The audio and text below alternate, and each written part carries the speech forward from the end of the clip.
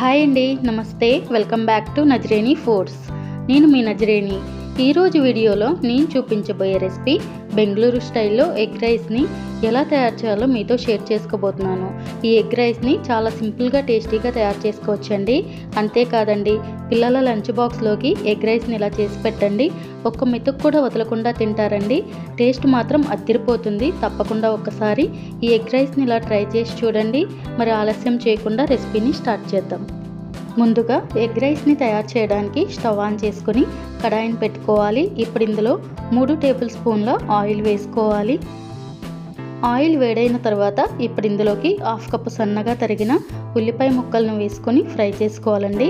ఉల్లిపాయ ముక్కలు మంచిగా మగ్గి కాస్త లైట్ గోల్డెన్ బ్రౌన్ కలర్ వచ్చేంత వరకు కూడా ఫ్రై చేసుకోవాలి.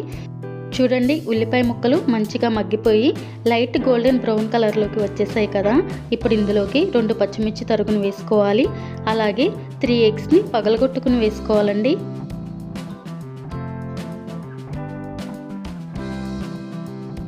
ఎగ్స్ని వేసుకున్న తర్వాత మంటను మీడియం ఫ్లేమ్లో పెట్టుకుని ఎగ్స్ని కలుపుతూ ఫ్రై చేసుకోవాలి. ఎగ్స్ని వేసుకున్న తర్వాత ఇప్పటివరకు ఫ్రై చేయాలంటే పొట్టులా అయ్యేంత వరకు కూడా ఫ్రై చేసుకోవాలండి. చూడండి, ఎగ్స్ మంచిగా ఫ్రై అయ్యి ఇలా పొట్టులా అయిన తర్వాత ఇప్పుడు ఇందులోకి రుచికి సరిపడ్డ ఉప్పు వేసుకోవాలి.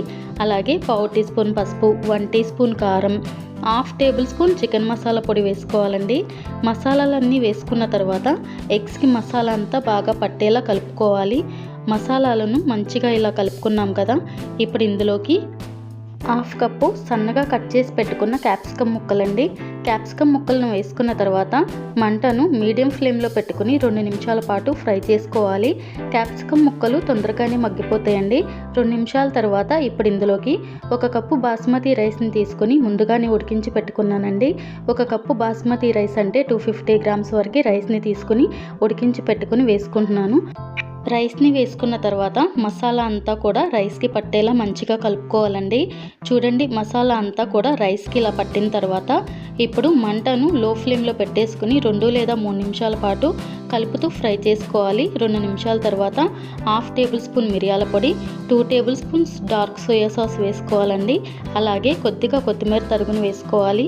కొత్తిమీర తరుగు వేసుకున్న తర్వాత మరో 2 నిమిషాల పాటు కలుపుతూ ఫ్రై చేసుకుంటే super yummy tasty egg rice ready అయిపోయిందండి.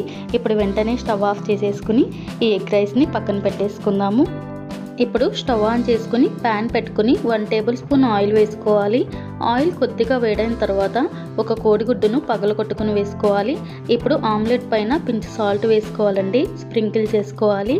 అలాగే పించ్ కారాన్ని చల్లుకొని వేసుకోవాలి. కారం వేసుకున్న తర్వాత మంటను మీడియం ఫ్లేమ్లో పెట్టేసుకుని ఆమ్లెట్ని రెండో వైపుకి తిప్పుకోవాలండి. రెండో వైపుకి తిప్పుకున్న తర్వాత ఆమ్లెట్ని మంచిగా ఫ్రై చేసుకోవాలి.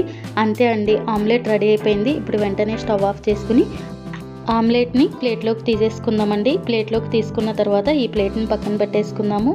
ఇప్పుడు మనం ముందుగా తయారు చేసి పెట్టుకున్న ఎగ్ రైస్ని సర్వింగ్ ప్లేట్లోకి తీసుకోవాలి.